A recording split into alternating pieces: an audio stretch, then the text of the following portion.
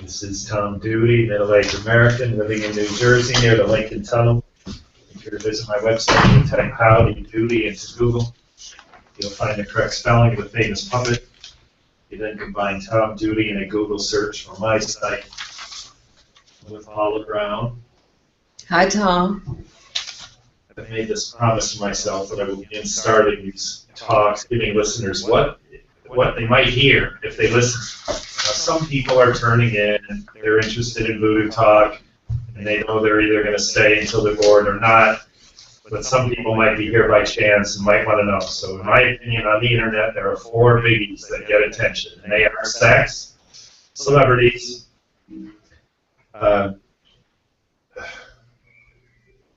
religion, and politics. So we are, and I think sex has subcategories. Sex has sex where you focus on the act, and that would be pornography. And then sex where it's sexually based subject, but we're really not talking about the pumping itself. We're talking about scandals and that sort of thing. Right. Like Bill Cosby could be both. I guess you could say that, yes. So as it relates to Paula, we will be talking about the subject of sex without really any detail on the act. Right. So porn surfers, you're going to be bored with us. Then celebrity, yeah, we're going to touch on celebrities, in fact, just in a moment. And religion, yes, voodoo is a religion. Yes, it is. Small R with a question mark. Right. And we're going to talk about politics, but not really. So with that, we're going to, Paul and I are, relatively new friends, getting familiar with one another, and she said to me, "Are we going to do the news again?" And I knew she was thinking that was an unnecessary task. And I have made an overwhelmingly strong, hard sell job that we're not only doing it, but it's now a regular part of our Voodoo Talk. And with that said, we're probably going to keep it short and do the news only briefly. So Paula, why don't you start? Well, I've got the Metro paper here, and this looking through it, I don't know, trying to see something that catches my eye right away. I don't know, I see. Well, what are you going to do? Celebrities? We're going to do celebrities. Well, 50 Cent is coming. Yes. To Datavision, datavision.com. Meet and greet with 50 Cent Wednesday, December the 9th. Autographs, headphones, photo ops, West 23rd Street. He's always been a favorite. Always my enjoy. wife is Hannah, Miyajima. She works at Bloomingdale's, and she knows this well. Uh-huh. One of his promo stops will include Bloomingdale's. Oh, wonderful. So, Paula, you chose a great... So will she be in the building? Will she be... She's off that day. Oh, she's off? Oh, that's too bad. So it's bad, but it's good. When these events, they're highly distracting, Uh-huh. Mm-hmm. and sales are not always good On that when day. there's that kind of event. Oh yeah. Well, he's very popular, so I'm sure there'll be a lot of fans, a lot of cameras, a lot of publicity things going on, signing autographs and things like that. Yeah. Yeah. Uh-huh. And if he brings it to Bloomingdale's, that's good for them, It is in traffic, but not necessarily sales. Okay, all right. Well, it's always an opportunity when a person is there. It's always an opportunity that they might buy. They might see something, because they are there. Of course, yeah. Mm-hmm. And when you get traffic, you sometimes get surprised. Yeah, yeah. Mm-hmm. So I'm my turn. Donald Trump, he has really become sensitive to news sources and what are conservative and what are liberal. And listeners, Paula, I think if you don't know which ones are conservative and which ones are liberal, it's because you're liberal. Possibly, yes. Because I'm telling you, people that filter the media as a conservative the media, the mainstream media, is generally brutal to conservatives. And I think that Adele's Saturday Night Live political piece on the Sunday before Thanksgiving was just viciously mocked conservatives. Mm-hmm. And I, of course, favor liberal. Right. And I enjoyed it thoroughly. Imagining myself as a conservative, it would be less funny, perhaps even offensive, which is what makes it funny. So anyways, I'm obviously looking at the liberal paper because it viciously mocks a conservative who has suddenly become ultra-conservative, and that is Donald Trump. Okay. So, of course, I'm going to comment on a couple of stories back, but he's on the front page right now because of his Muslim ban. Right, we've all read about that, yeah. Softened that by saying if you're touring military and you return and you're Muslim, of course you're allowed back. If you're internationally traveling Muslim who's a citizen, yes, you're allowed back. And a head of state of a Muslim country who's Muslim, that person is going to be allowed in as well. It is nearly impossible to implement. However, the Nazis did it, and a lot of countries have done it, tried to segregate for every religion. And it wasn't, and even in Russia, I know a woman who had a Jewish stamp in her passport indicating that she was Jewish. Mm-hmm. So this is not unheard of, and it's horrible. And I am so pleased to hear Republicans trash it. So I guess what I want to say is Donald has been able to get the support of conservative Christians. And with statements like this, he's able to keep it. He has been number one for a long time among the Republicans, and the people in the number two spot have been revolving door. At the moment, I think the recent poll I've heard is... Dr. Ben Carson? No. He hasn't been second for a couple of weeks or a month. Oh, okay. Mm-hmm. Ted Cruz. Oh, Ted Cruz, okay. Charlie Fiorina has been one, or number two. But Donald he's got a commanding lead among the Republicans, and I just think it's an opportunity for Republicans to look at themselves and say, what has happened to their party? So that's all I'm going to say. Okay. You do one more, Paula. All right. Well, we got to do celebrities. Oh, celebrities? Well, I did 50 Cent, so you get one now. No, I just did Donald Trump. Okay. He's sort of a celebrity. When we last left, he was a celebrity. Now he's a politician. Well, I see here that Cicely Tyson and James Earl Jones are in their final weeks on Broadway, the Gin Game. I would have liked to have seen that. You know, they're two distinguished actors, coming together. So that's kind of exciting. I think I saw where Cicely Tyson just got some kind of presidential award. Did you see that? No. She did. And, tell me what the play is, Paula. The play is the Gin Game. Oh, the Gin Game. Yeah, have you ever heard of that? No. Okay. So that's exciting if, you want to get down to... where are they? The Golden Theater. This is the last few weeks to see two extraordinary actors, two extraordinary old-timers, still doing their thing. I think that's exciting. Cool. Yeah. All right, and in a format exactly like this, about a month ago, when Paul and I did Voodoo Talk, we started out, and she educated me about CeeLo Green, who was playing Brooklyn. Oh, is he? No, he was. Remember, he was in the paper. Right, he was in the paper. I don't remember where he was. He was, I think, going to play at Barclays Center. Oh, really?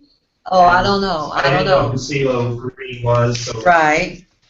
I'm going to get ready for a long one. So I look at CeeLo and I do a Google search and what comes up is just, and I'm going to cuss here. I'm going to warn you. Right. The F word. Right. So I don't know anything about CeeLo Green. I kind of looked at his picture and thought he might be rap, but he's not as embellished to be a rapper. No tattoos and right. It didn't he didn't look like a rapper. No, he's not really a rapper. No, Right, he's but, more, you know, yeah. he's a black entertainer, he's Right. fresh, he's got to be rap. Well, he's not. Right, he's not. So I did know that, but that was at first glance almost. So then I find his YouTube channel, and I go there, and I sort the videos by popularity, and the top one comes up, and the title is... Fuck you. Fuck you! That's great, Paula. Thanks for that tip. All right, are we done with the news? I don't know. Are we? Do one more. Okay, let's see. What do we have? Let's see. Oh, you just told me about the tribute. They had a tribute to John Lennon.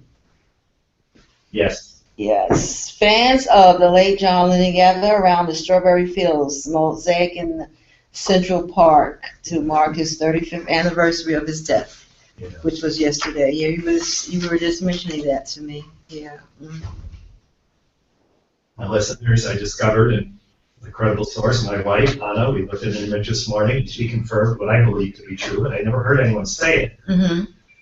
The picture on the cover of Wheels, the John Lennon album, Wheels Go Round, I don't know where he stops on that title, but Wheels Go Round, I think is the title of the album.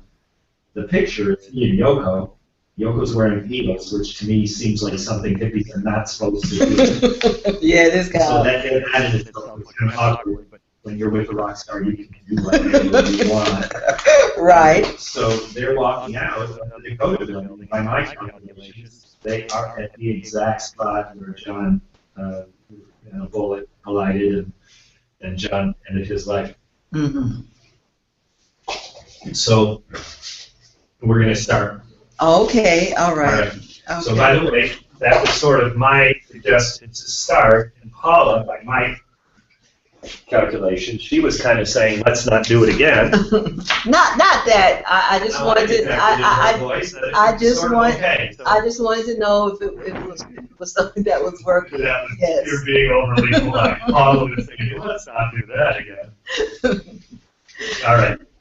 So with that, I have 2 pages. Right. And yeah, there we go. Yes. 2 pages. Mm-hmm. And that's in my blog, and it's Paula's words in what she said last month.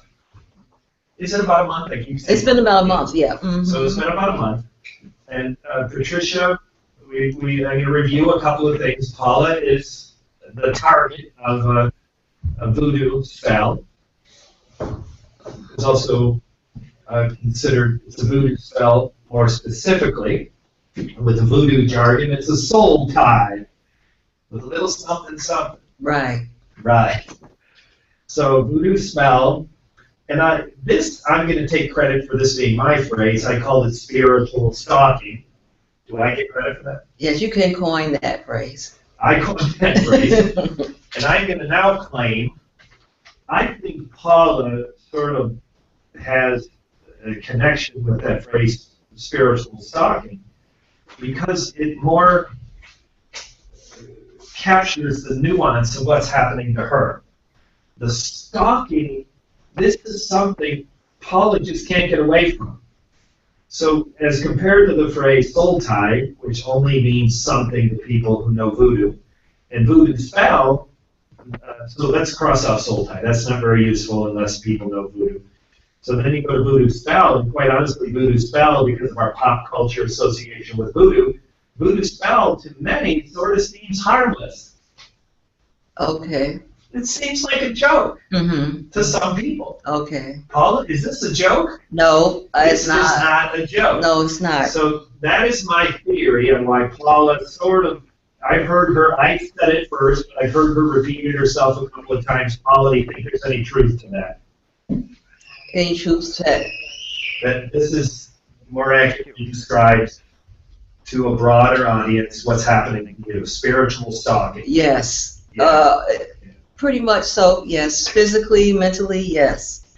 It has been, I don't know if you know, the little small voice, your conscience, That's who I'm talking to. If you know, that should put it clear to people that are not familiar with voodoo or any kind of spiritual goings on. You know your thoughts and what you think, and everyone always says, listen to your little small voice. That's Patricia. Never goes away. No, because in reality, when you are listening to your own little small voice, it never goes away. But she's put her imprint on it, and it's not me, it's her.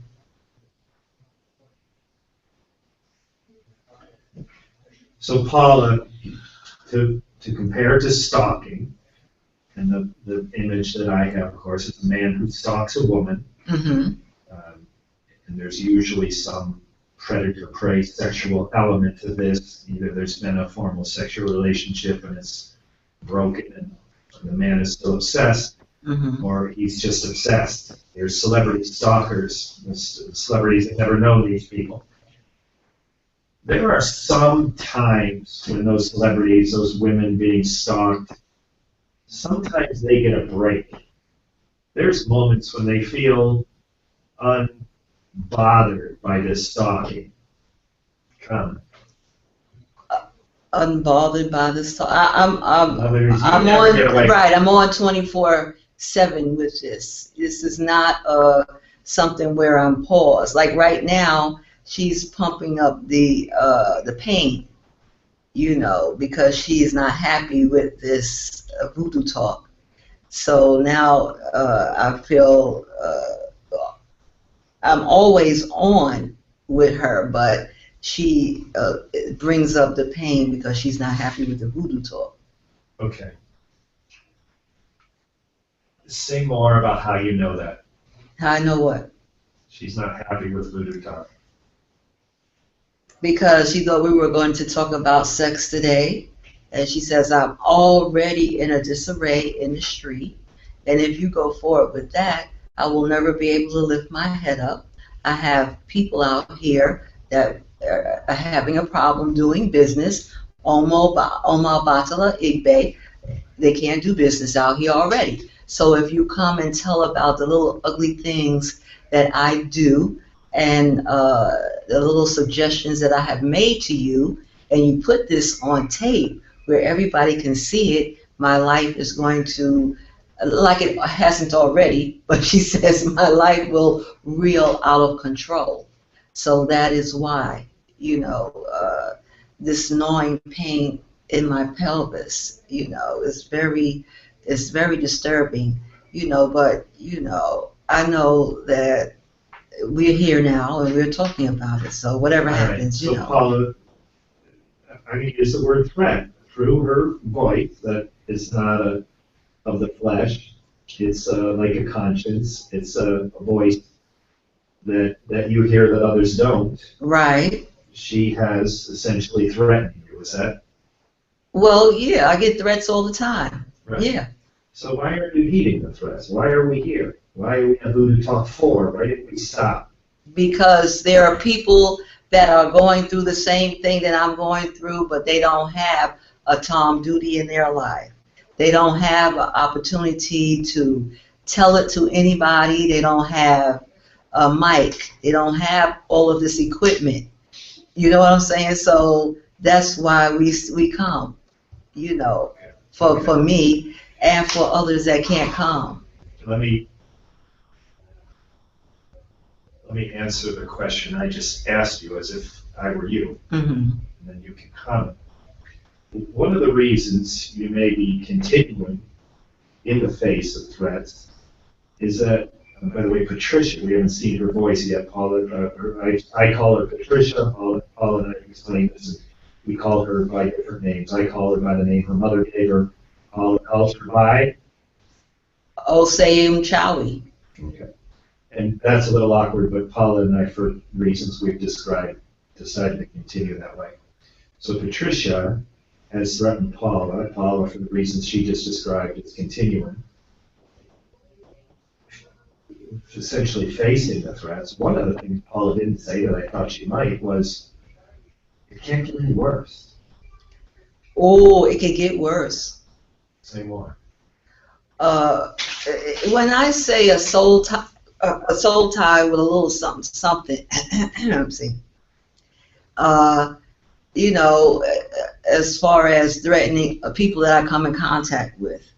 You know, I live with my son. There's always a thing, well, is she going to do something, you know, because I've seen that play out already, you know, so that could be worse.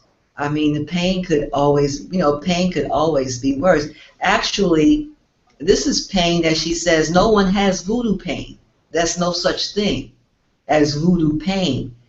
It is to kill.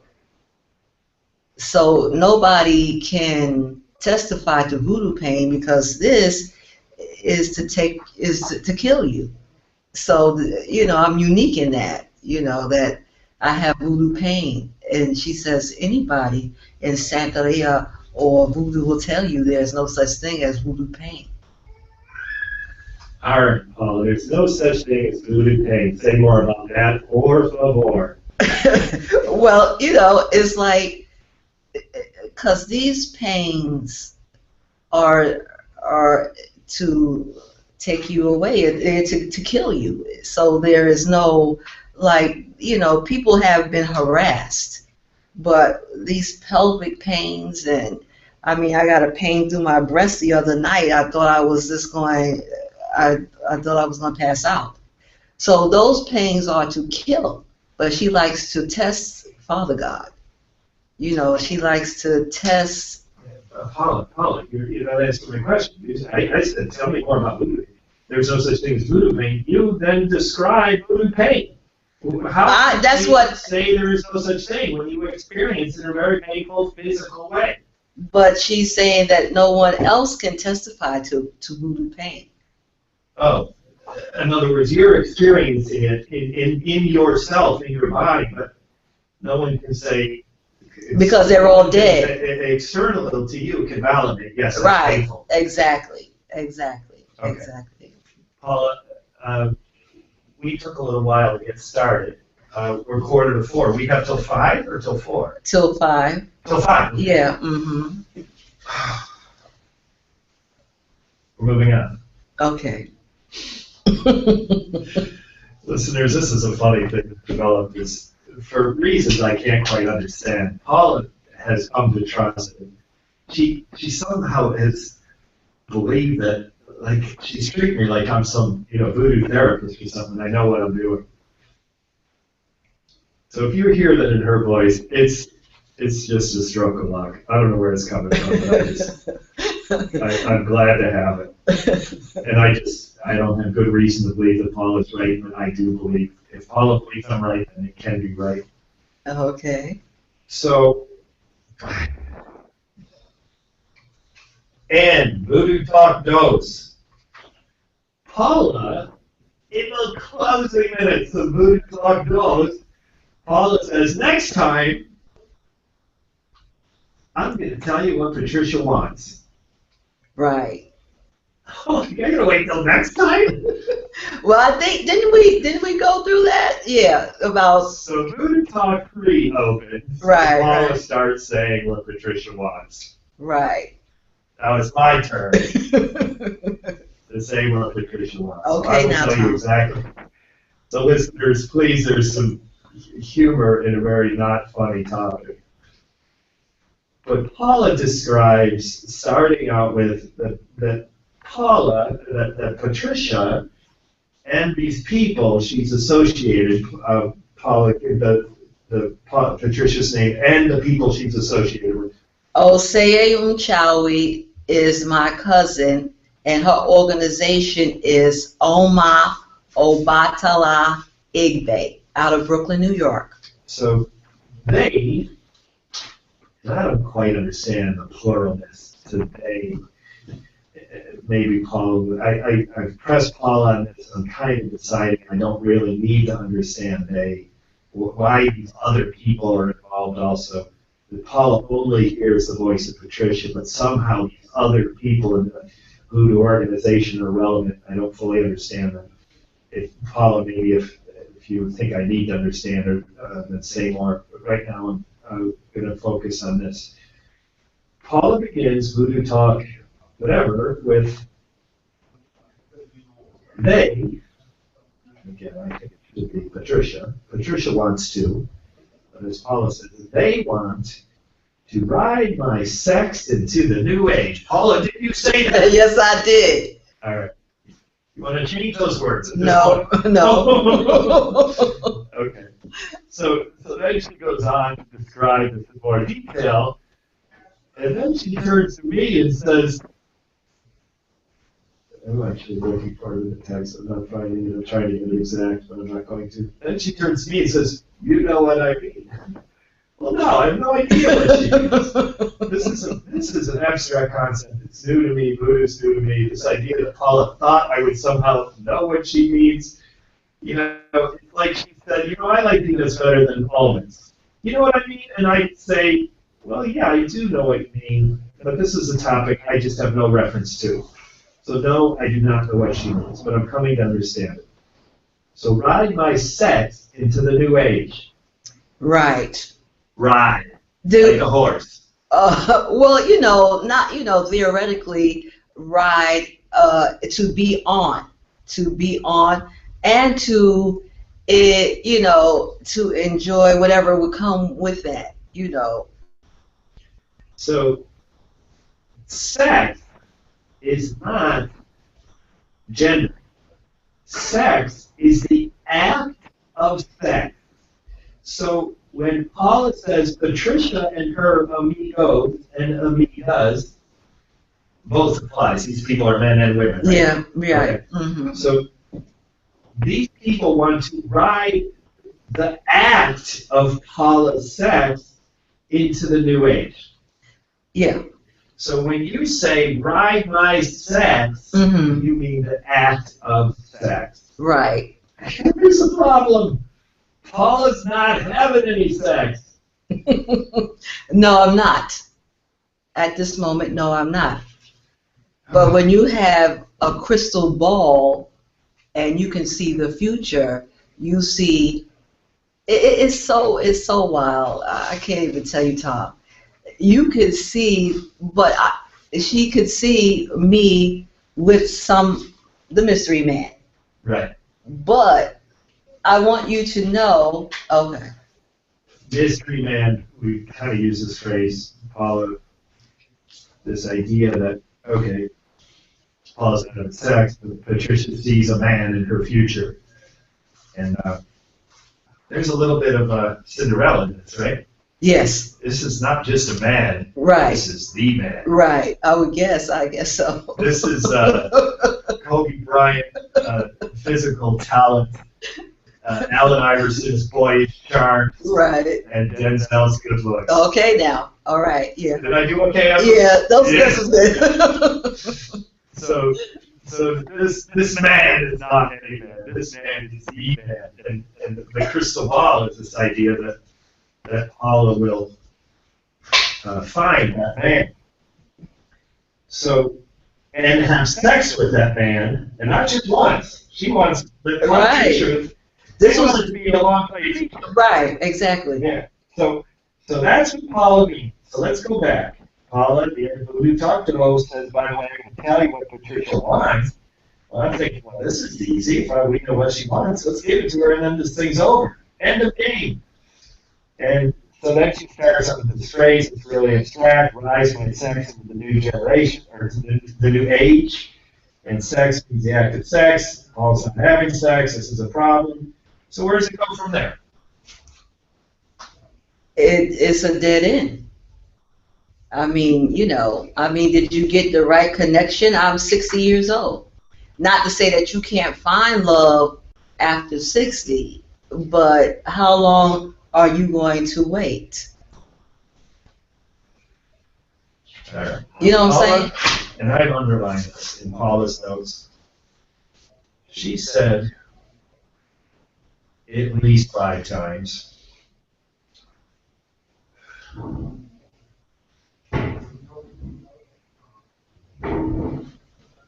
Celibate, yes, that disappoints her. Celibate, that disappoints her. I'm not dating. There are no suitors. In other words, Patricia seems to think this soul tie, this voodoo spell, this stalking with advance, maybe come to a conclusion, maybe continue to torment Paula in a different way. Right. If Paula were having sex, and not just with sex, but sex with this mystery man, this ultimate man. So Paula again and again says, but I'm not, oh, here it is, but I'm not dating. I'm not. They have no base out there. There are no men. And she also says, it's not that I've retired. It's just she's not in the game. Right. I'm not in the game. So why not? Why not? Would you bring all of this to another individual, Tom? All of this voodoo into anybody else's life, a man's life? Would you want someone else to be involved with this? So let's in this scenario, I'm not having sex. Mm-hmm. I don't have a partner. Right. So I would not look for one because of this. Right, exactly. I would choose to be celibate because of this. Right. I can't answer. It certainly sounds like a bad choice. What do you think I should say? I knew what you were experiencing. And then you say, I'm going to get a girlfriend to be involved in all of this voodoo, all of this voodoo, I mean. Yeah, but she can dump me. I'm not going to get raised. Other STDs. Well, I mean, if I'm going through this, I want to have this done before I would, sit down over drinks or anything with another individual. Another. Hang on. You did say what would I do? Right. So my answer just came into my mind is at risk of belittling what you're experiencing, and I promise it's not intended. Okay. Okay, but it's going to sound that way. So when I look at how women are treated, and certainly this Charlie Sheen thing, I think he said he had 5,000 partners. Oh, really? Wow. 5,000. Wow. And he's not telling any of them. Maybe that 5,000 is that's a lot. Wow. Tiger. That's a lot of people. Yeah. 5,000. You got 3,000. You got 3,000 every 3 years. You got 1,000 days. You can have 5,000. I mean, you'd have to be sexually virile, and with all those drugs and alcohol and drinking, I don't think the guy can really. Let's not go there, Paula. Let's not. That's ugly, right? That's not. Let's leave Charlie Sheen at 5,000. Just go ahead with 5,000.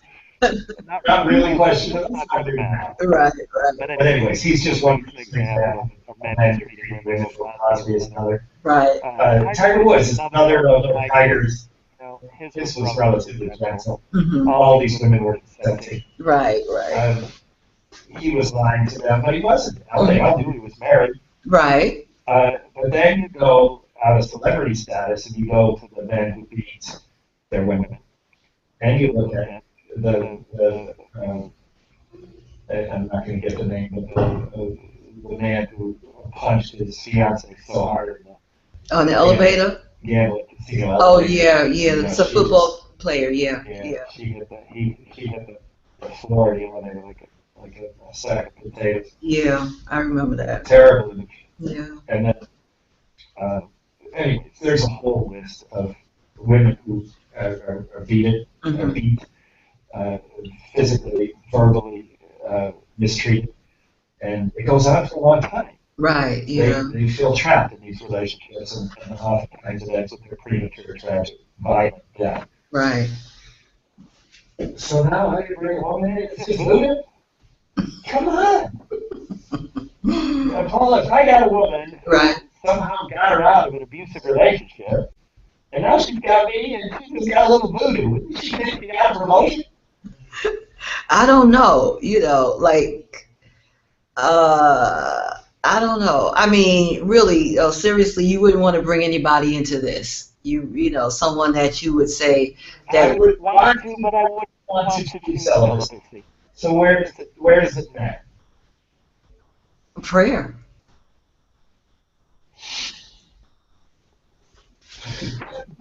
All right. You said we'll put a period there. No, well, you know, this has me. It just has me. You know, I'm just so occupied. I couldn't give attention to any love conquest anyway. You know, you just. I mean, it's just so completely occupied 24/7. You know, I can imagine having a husband, having children to look after, and go through this. This is like completely. It takes everything, every minute of the day. And if I weren't connected, really, really connected to God, I would be lost. I would be gone. Yeah, I would be. Because from what I understand, she's done it before, and this individual woman had a husband, little children. I couldn't imagine having to get little children prepared for school and have all of this static going on, this pain and all of that all of the time. All right. So let's, Paula says you would bring a partner into this, a sexual romantic partner into this. And then she posed a question to me. I answered it. It's not relevant what I would choose. What is relevant is what Paula is choosing, and for good reason. Right. Paula is choosing. But explore the idea. You're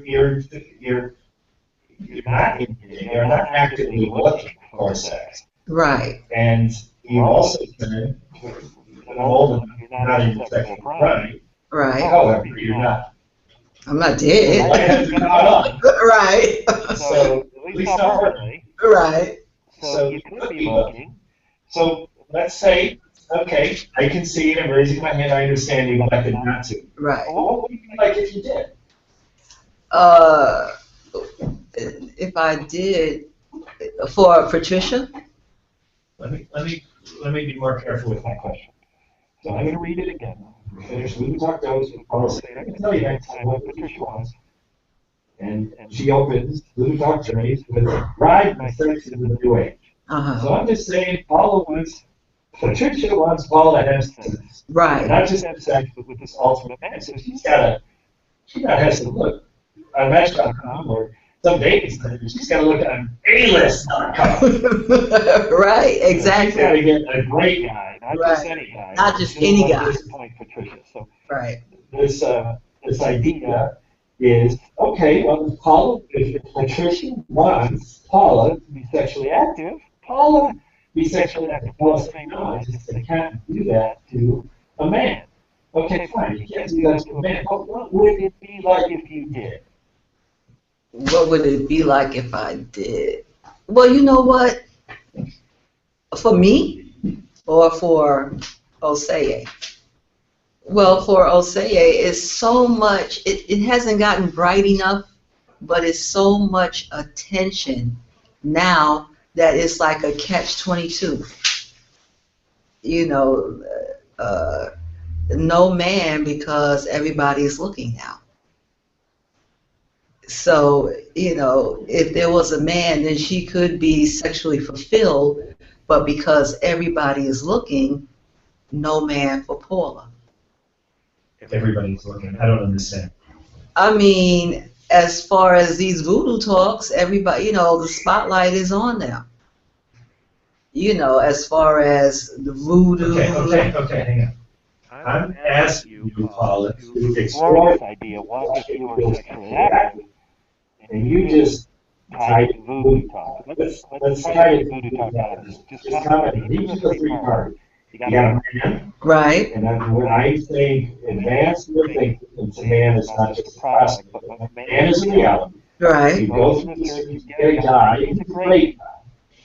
And he's worthy of this spiritual vision that Patricia has. So that's one part. You got Megan, you got you, and you got Patricia.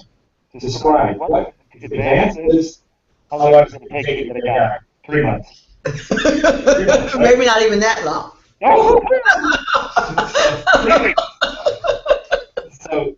That's right. You're But things a little faster than frogs. right. So now we have 3 months, 3 weeks, whatever. Right. I'm going to say the name that I said before. Remember the L name, the woman that now moved into our life? Right. I'm not gonna say her name, but let's say you're the older version of that woman. Right. Boom! You get Right. guys are going like this as you walk by. Right. So now Paula has a guy. It's 3 weeks, 3 months later. So now you got a guy. Right. Now We got Patricia. Right. We do or don't have Voodoo Talk. It's not relevant to my question. What's it gonna be like for a party? Well, for me, I would have to be married. Okay. So she still got a long time to wait, because I would have to be married. So this man that she saw, I was married to him.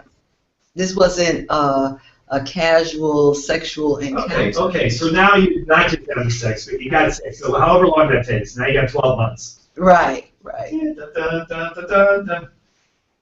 was the wrong march. Right. What was that? That was like a fight song. What's wedding march? Come on, Paula. So what do you? Right. Okay, Right. So now Paula's married. Right. Now do this whole thing. So now you're married. Right. 3 married. parties. Yeah. Your groom, who's now your husband. Right. You and Patricia. Tell me what it's like for each of the 3. Well,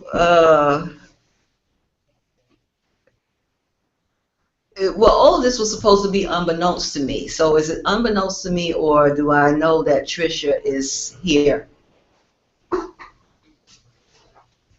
Because this was supposed to be, I don't know, it went askew, is that a word? It went haywire.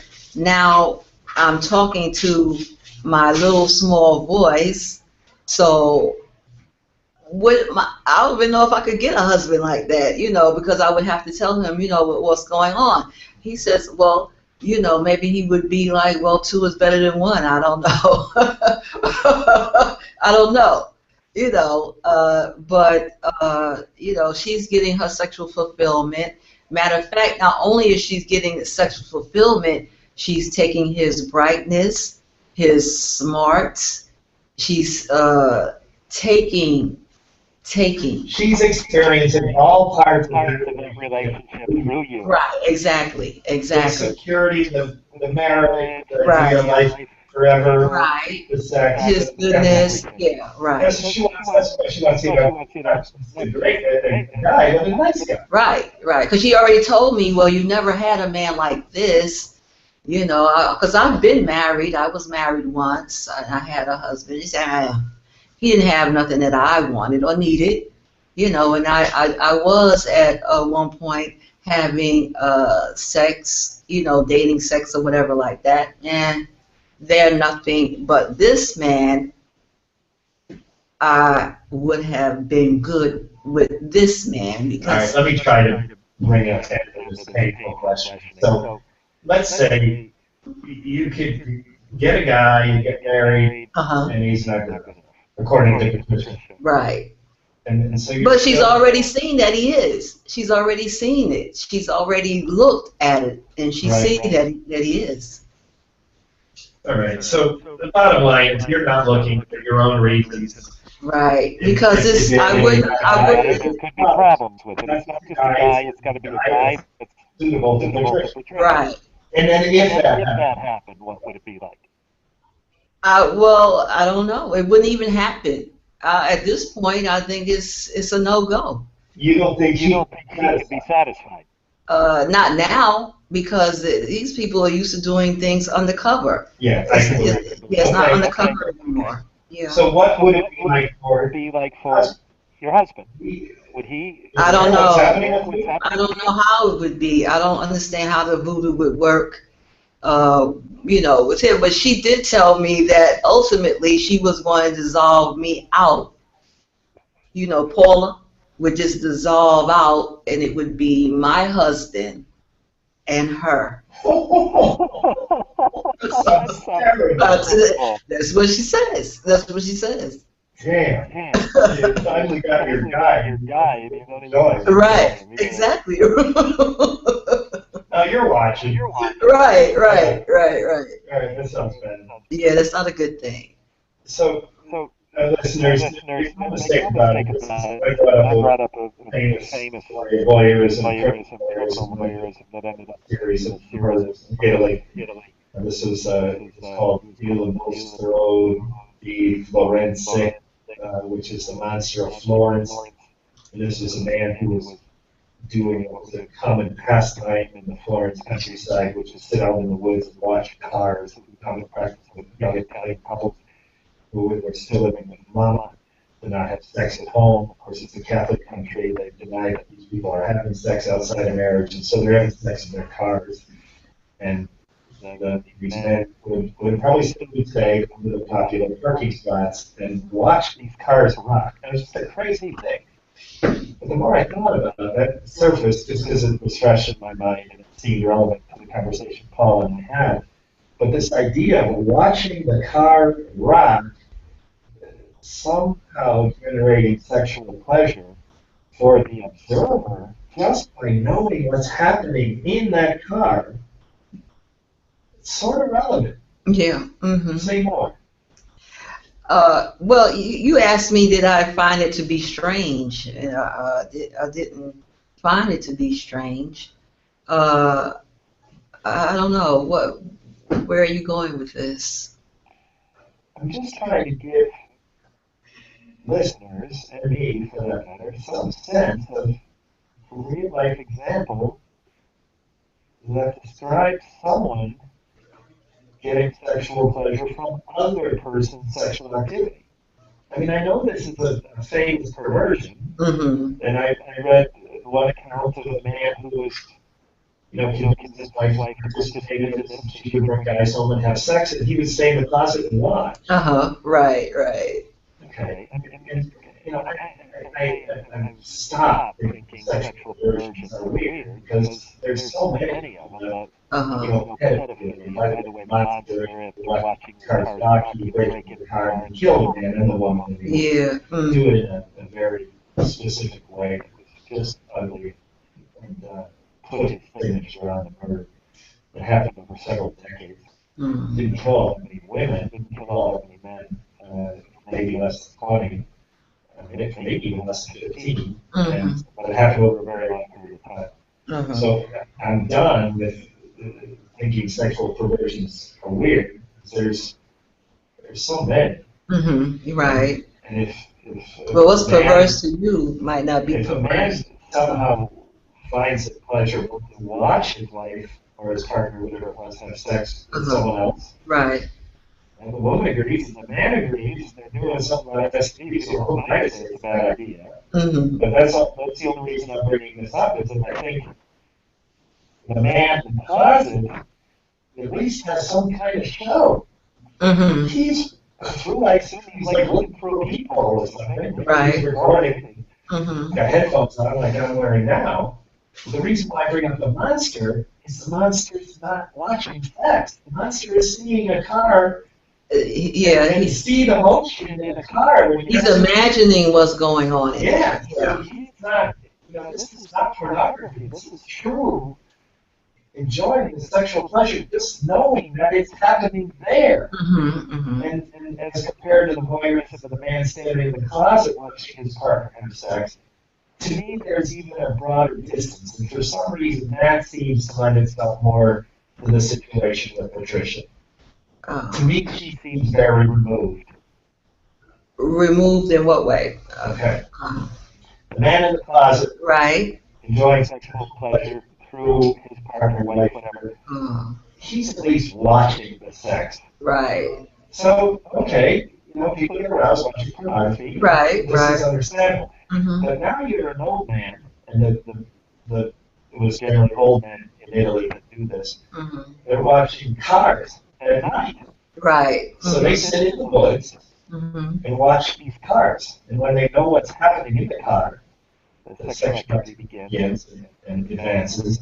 And let's trust that there's some sign of orgasm by someone or both. And this is pleasurable. But those guys are sitting in the woods watching a car. They're not even watching the sex. Right, So right, compared to the man standing in the closet, the man sitting in the woods, it's removed. right. There isn't, and so to me, that lends itself more to this Patricia thing because she seems really removed. No, actually, I'm the one that's removed.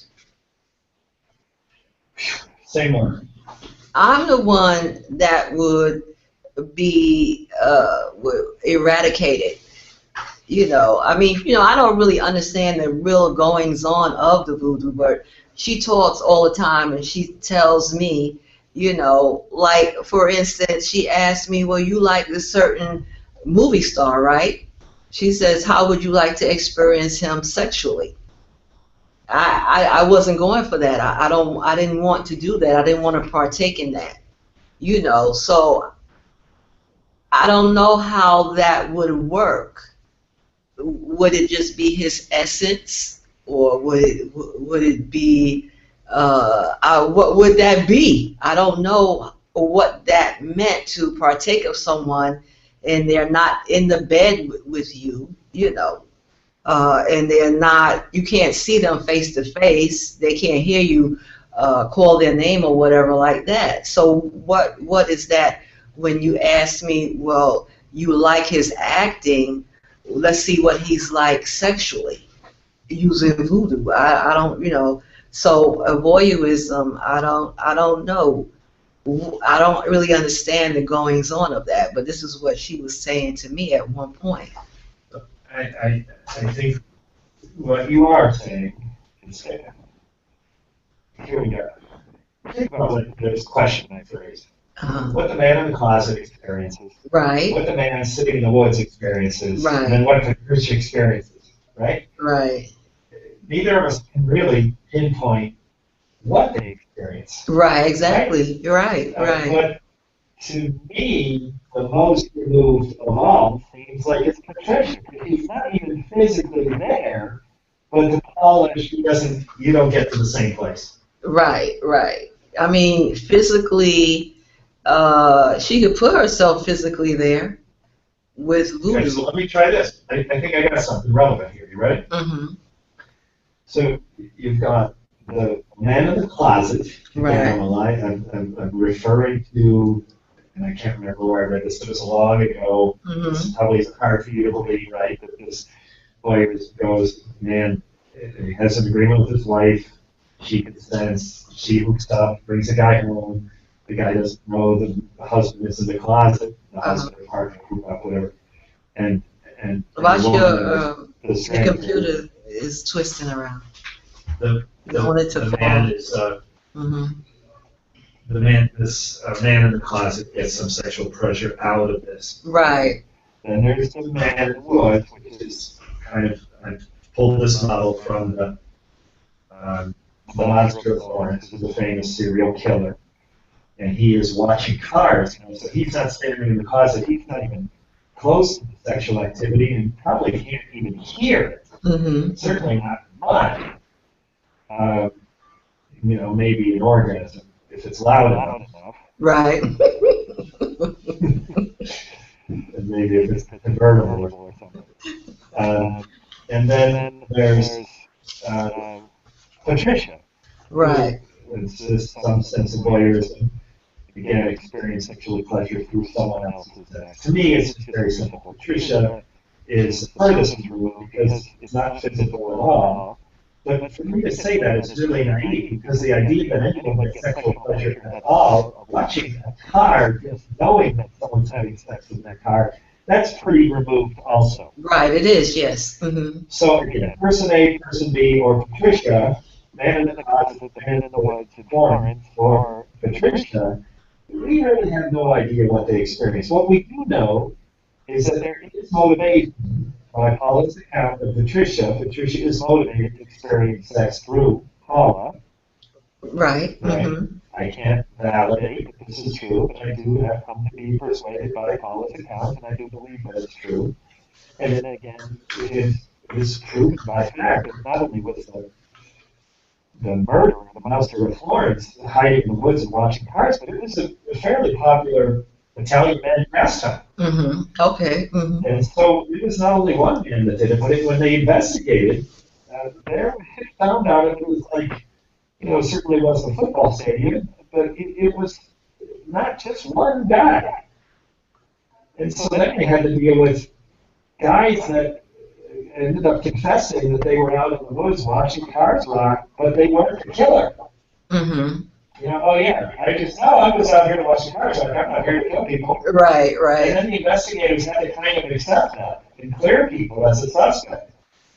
But to me, that's a hard sell. You're in the woods, watching these cars rock. You might be the killer. Right. So whatever the case, we do know by historic evidence, by criminal investigation, that men do enjoy it, even though they seem very far removed. And how common it is, I don't know. I just have this vague memory of reading something of a man's account of hiding the closet of his wife would have sex with someone else. So who are we to say which one is more pleasurable? The fact is, it's a thing. And Patricia is motivated enough to pursue this, and in the process of pursuing it, she is causing a disruption, about as soft as I can put it. Yeah, that is causing a disruption in all his life. Yes. So these three scenarios that I'm talking about, Patricia, the man in the closet, the Italian man in the woods, who are we to understand the amount of pleasure that they get? I mean, let's face it, the old man in the woods might be getting more than the man in the closet. It's not for us to judge. Right, we don't know. And so it could be that even though it seems logical to me that Patricia would get the least of these three situations because she's removed, truth is, it might be very sexually satisfying for her. Right. I mean, like, it's a real thing. Right. From what I understand, that's the case. From what she's intimated to me, it's like she could sit back after my orgasm and go, oh, with a glass of wine. Right. Like that. Which is probably what the Italian men are doing. Exactly. Yeah. So I kind of think this is productive. The idea of who's getting more pleasure is really not us to judge. Right. What we are saying that's common in all three situations is that this voyeurism and experiencing sexual pleasure through someone else's sex, it is a real thing and people pursue it. Right. In this case, the one pursuing it, in Patricia's case, let's set the monster out of this because he was actually killing people. But let's look at all the Italian men that are not killing people. They're probably still doing it today, sitting in the woods and watching his guys rock. There's really no harm. Not really, no. There's really no victims. No. And back to the man in the closet, there are really no victims. The wife consents, the girlfriend consents, the man who comes home. I think probably of the threesome, it's probably the most mistreatment of the man who comes home. And if someone wants to have sex, right. So the really treats hold on here. But I have very little sympathy for that man. But in this case, with Paula, I have an enormous amount of feelings about what she's being through. So this, whether you get a man or you don't get a man is relevant, but her, Patricia's motivation and what she would get out of you getting a man is, or what she estimates, is enough for her to continue to torment you in your life. I would guess so. She hasn't moved. You haven't heard from the organization. I guess it is enough.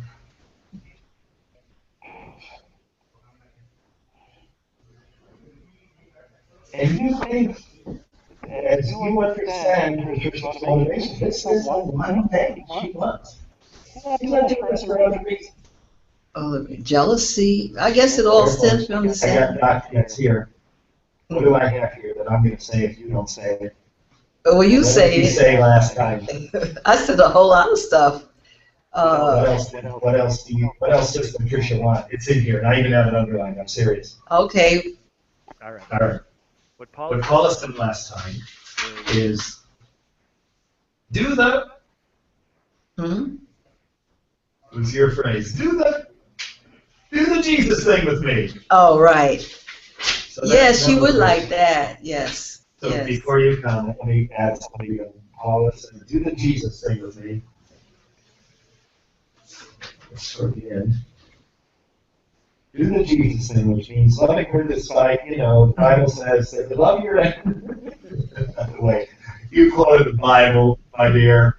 I don't think this is an actual quote. No, it's not. No, it's not. Yeah, you remember what you said? No, I don't. Love your enemy, but you're not supposed to be a fool. Right. That's not in there, is it? No, that's in the New Testament. So the point is that do that Jesus thing. In other words, Paula, I'm speaking as if I were Patricia would say, Paula, I'm doing these terrible things to you. Do the Jesus thing with me. You return the treatment of kindness. Right. Even though I'm Continually doing the torture.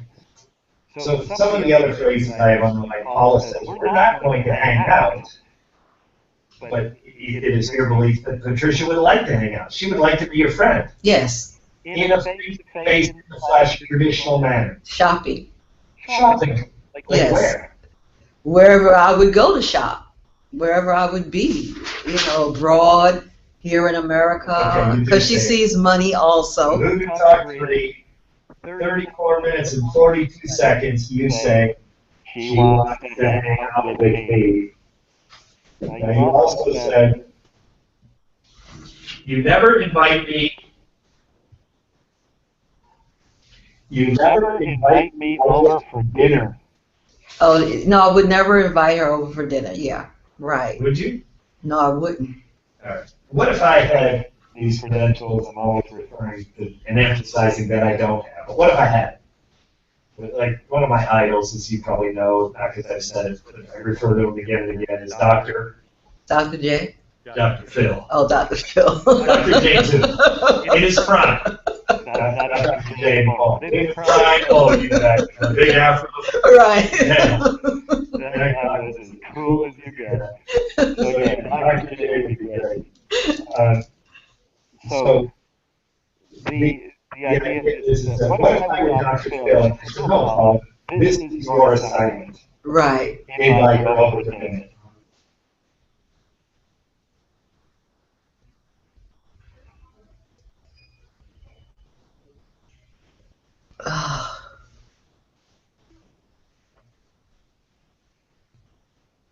She wouldn't come.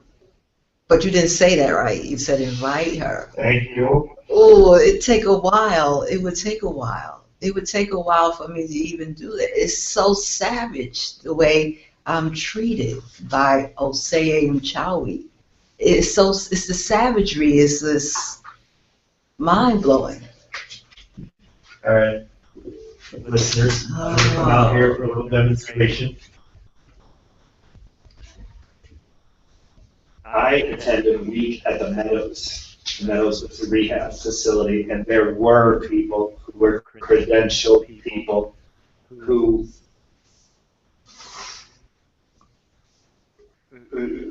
had formal studies and degrees and had jobs and paid professions in this area of codependency. And the founder of this program, Meadows, which is a famous rehab for celebrities and a lot of other people, it's for drug addiction, sex addictions, suicidal tendencies, alcohol, and just a whole series of malfunction and psychosocial problems in one's life.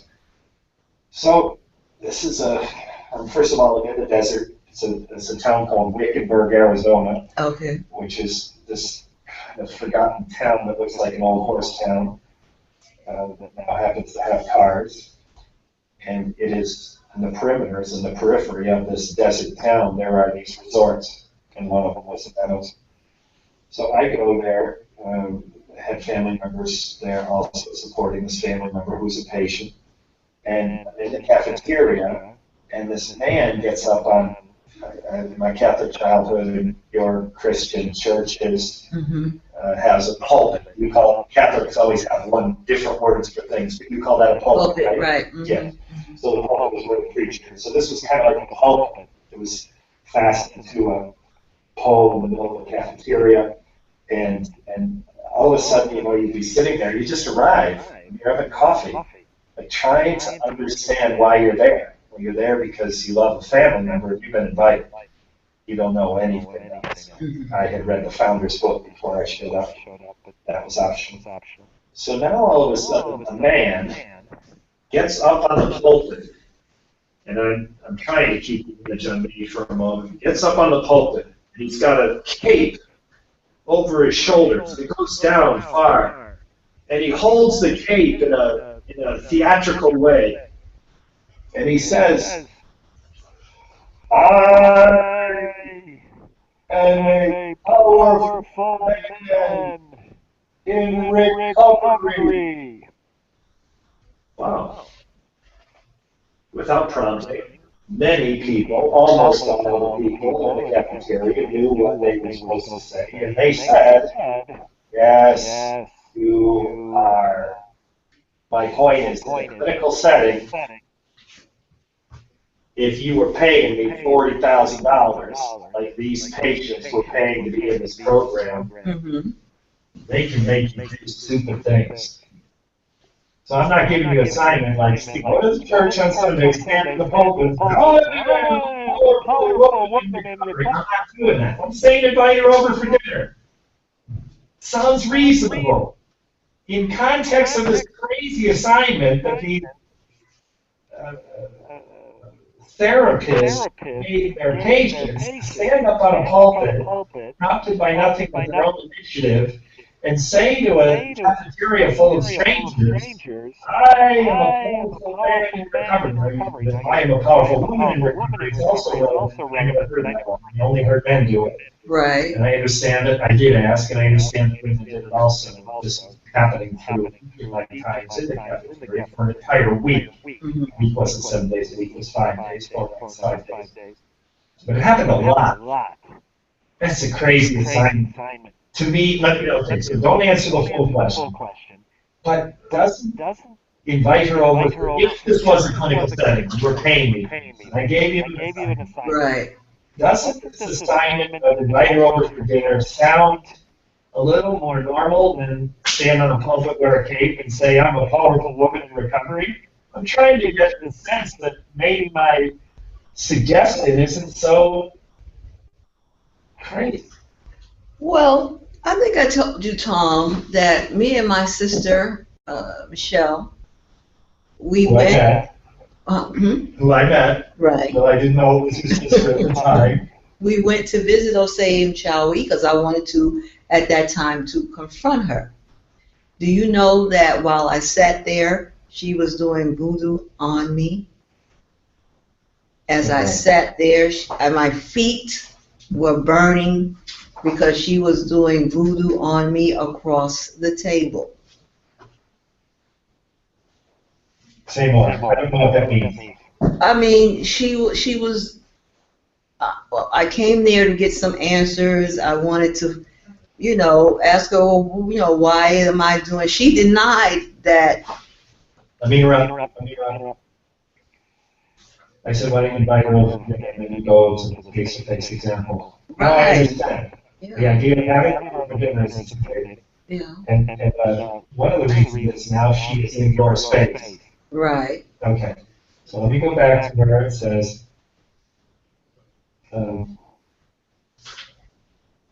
she wants to hang out with me. You never invite me over for dinner.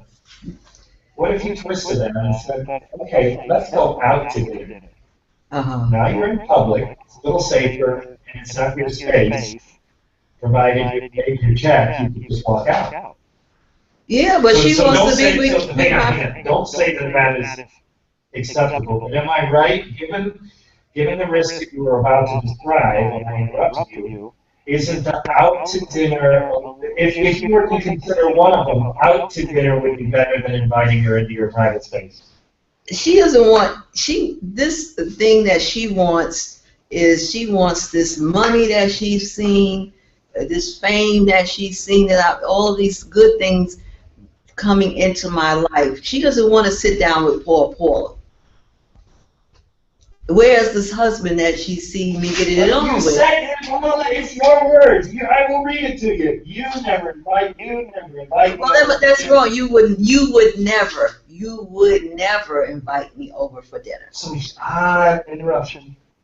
So when you said this last time, you'll never invite me to go shopping, you never invite me over for dinner. These were statements. This was not solicitation for an invitation. Not now. Not with the poor Paula. Not with the Paula that doesn't have that good husband in her life. No. What if you were Beyonce? What do you mean? Well, she's flush with money. She's Right. a studly guy. Right. The wealth that they accumulated is massive. And the way they spend it is over the top. Really? I didn't know that. Oh, it's just, Jay-Z has like a car collection. Really? It's like, it's incredible. Uh-huh. And the showering of gifts for their child was over the top. I saw some celebrity, video on it. So anyways, What if I would, yeah. You can believe it's true. Right. Oh, yeah. Yeah. I mean, Jay-Z dresses beautifully. Right. Wears a lot of bling. Right. In whatever fashion he's in, he can do the hip hop thing, but he can also do the businessman thing, right? Yeah. Mm-hmm. And quite honestly, fashion as a black man, he has a little more room to work. Right, he does. Yeah. He can kind of look like a hip hopper, and he can look sophisticated, and he looks cool. Right, right. Me, as a 50-year-old white man, I don't think I look cool dressed like 50 cents. Right. Anyways, that's one of my, right.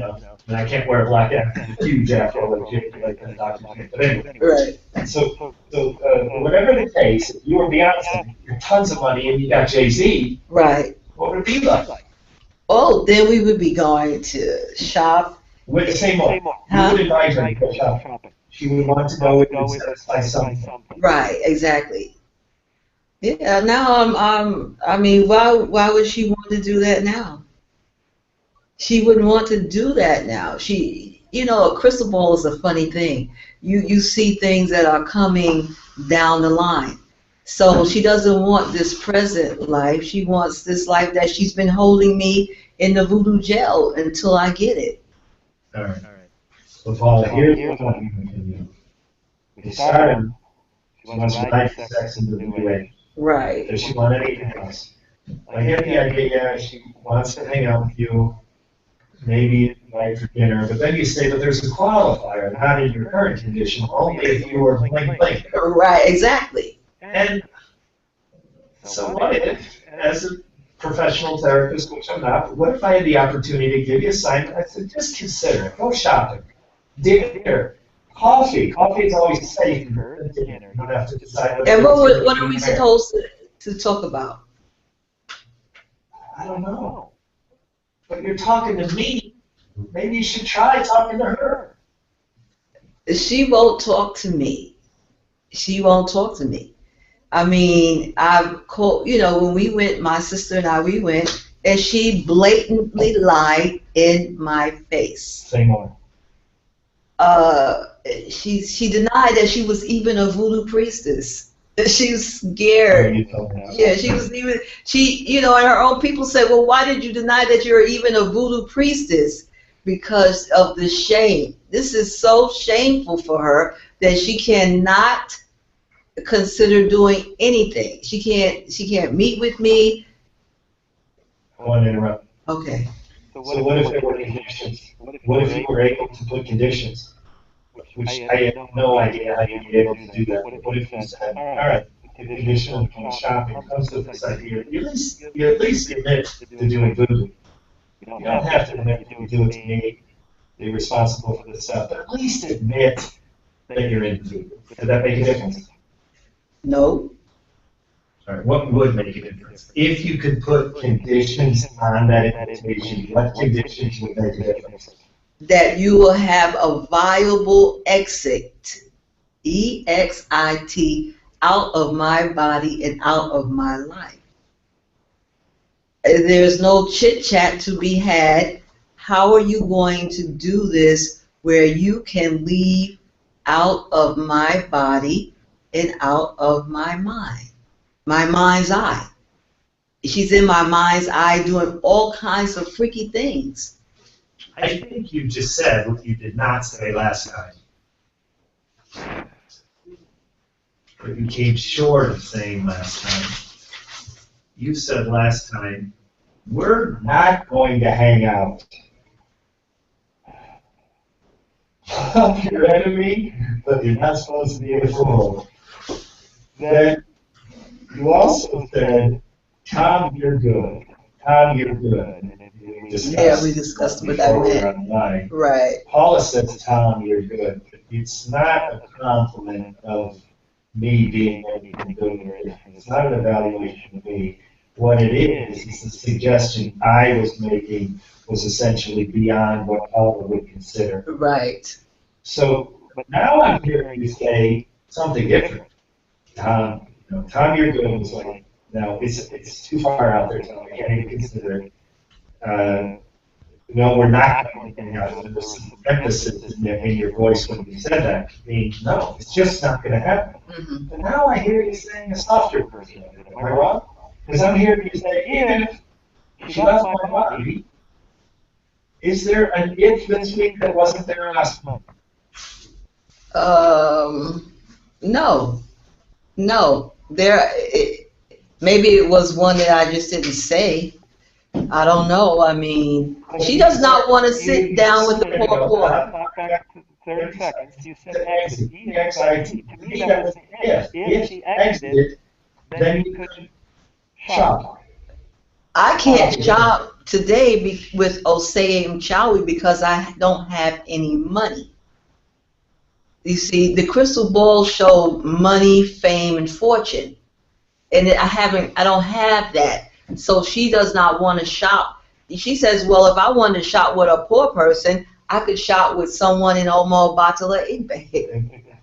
What you're saying is not what I'm asking. You're talking about her motivation to accept an invitation. I'm just talking about what would it take you to extend that invitation. Wow, that's something I would have to... Let her decline it for whatever reason she would.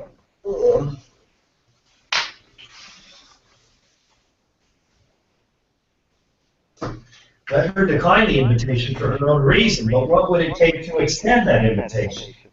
To extend it on my end, I would have to think. I can't imagine. You will think about it, though. Yes, I will. I'm so happy. It's prayer, it's talking with Father.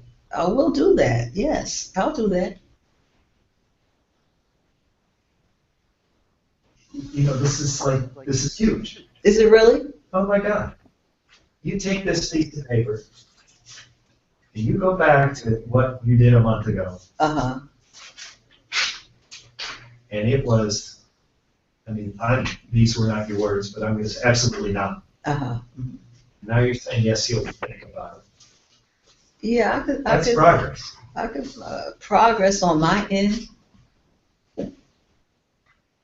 When It's only real progress if that consideration takes you, but just the idea that you'll consider it is, to me, is going to be empowering for you.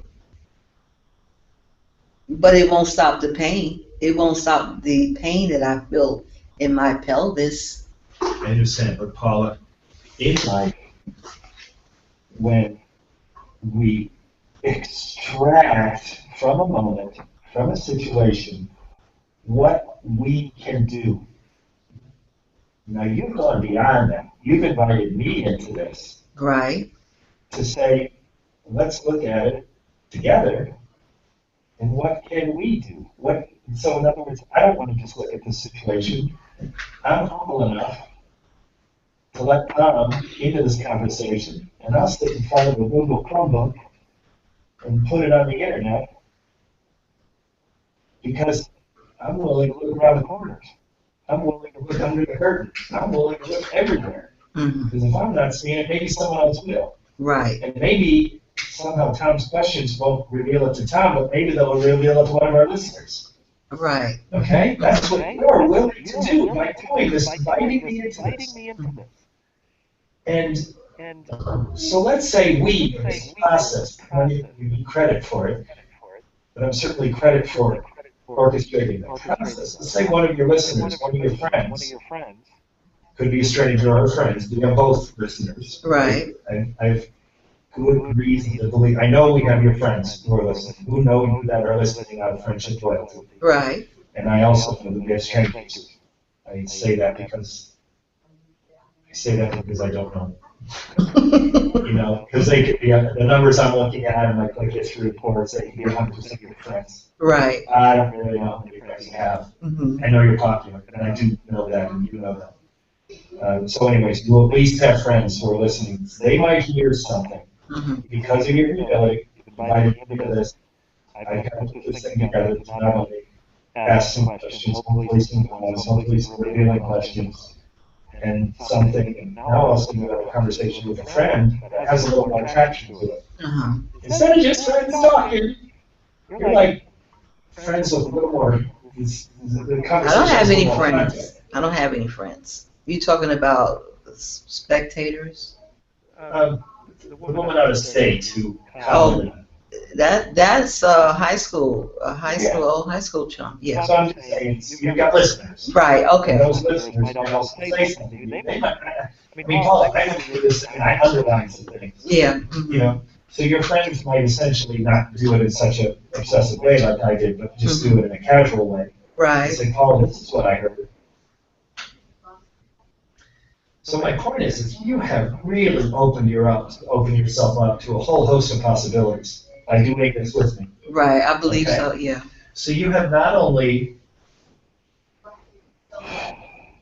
been humble and open in your own process to try to determine what you can do, but without a complete surrender, you have partially surrendered to the idea that you do need some assistance.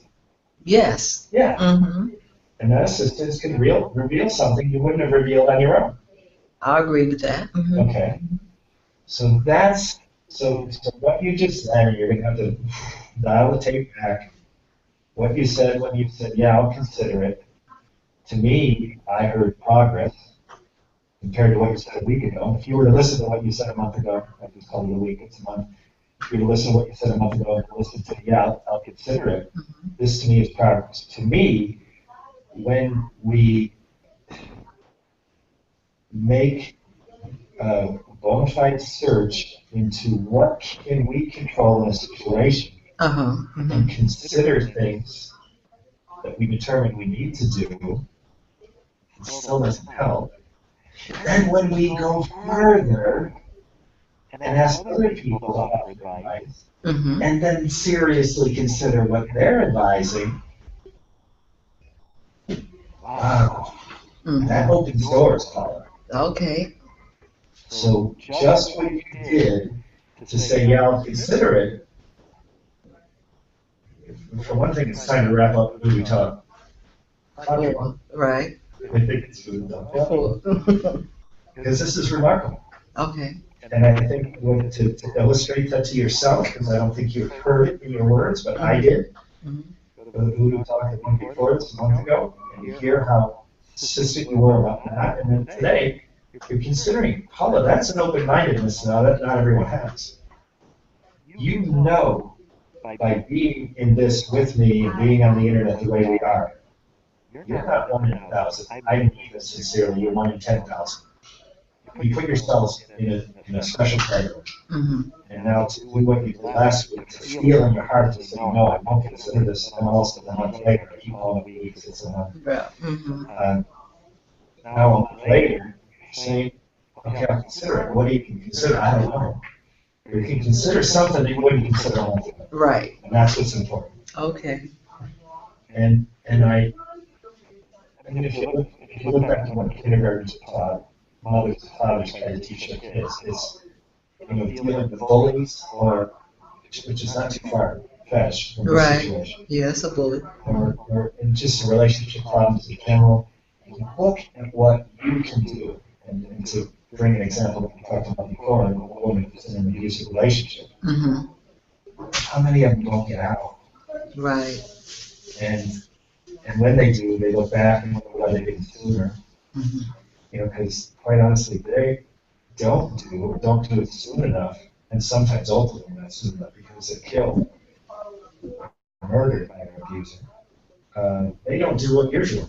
They don't look at everything they can do. Right. When your own search reached its limit, you were open to getting on the internet yourself and doing a video to say, to talk to a bigger audience.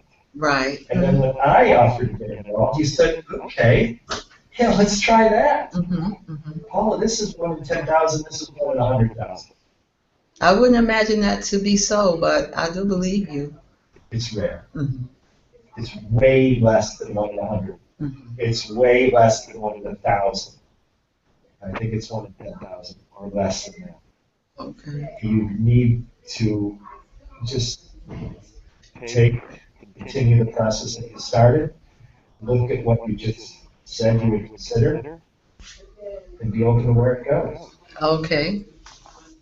I think ultimately, I think that's what's so funny about this, is that you somehow come to trust that I know what I'm doing, which is still funny to me when I listen to this. I think,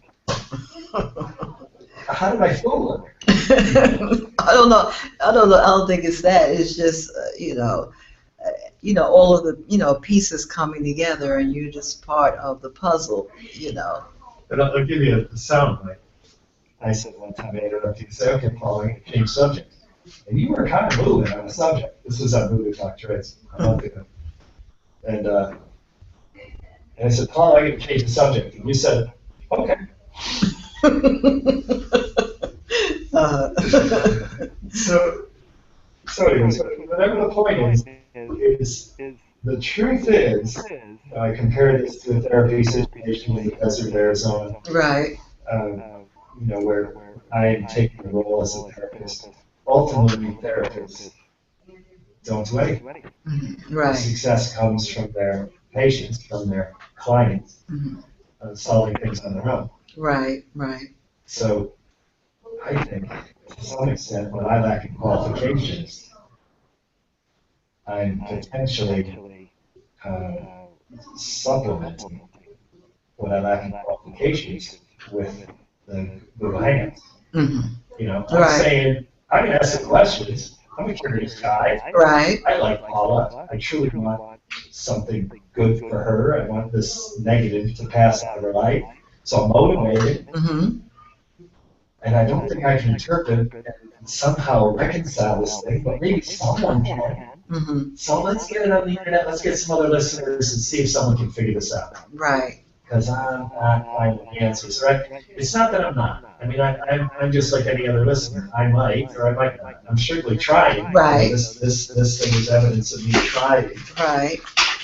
So that's my point. Is what I lack in qualifications is supplemented with this Digital process. And you may have a listener that's going to hear something you don't hear. Well, I hope so. And you also didn't hear yourself what I just heard. You didn't hear remarkable progress. And I'm telling you, it's there. I'll take your word for that, yes. You don't have to. Go listen to it. Now, you take that aside, right? Right. You're going to listen to it. Yes. All Okay. right, so let's be more specific. Listeners, somewhere in this audio, I will go through and I will type Paula's words behind the exact spot tonight where she said something that I think is remarkably different. So listeners and Paula, now Paula, you'll have these notes, so you don't have to write this down, but listeners, if you were to make a note, the previous Voodoo Talk, which is the one right before this, at 38 minutes, 53 seconds, at 0 hours, 38 minutes, 53 seconds, Paula says a couple of things, including we're not going to hang out. Tom, you're good. And her complimenting me wasn't a true compliment of me as much as it was, she was sort of saying, Tom, I'm not that good. Right, exactly. So those that context in there. There's another point of reference. It's 41:33. So in those couple of minutes, Paula says something that I think is quite different tonight. That she said she would consider. Clearly, the word "consider" is not here in my notes. It was in Paul's words tonight. I think it's remarkable. Mark of progress. What else? I think that's a good note to end on, to wrap it up. Let me just.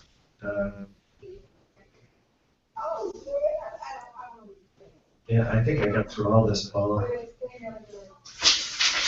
Okay. This has been Tom Doody, middle-aged American living in New Jersey near the Lincoln Tunnel. If you're to visit my website, you would type Howdy Doody into Google. You'll find the correct spelling of the famous puppet. You then can find Tom Doody in a Google search for my site. Thank you for listening. Have a good day, good evening, or restful night's sleep. Ciao.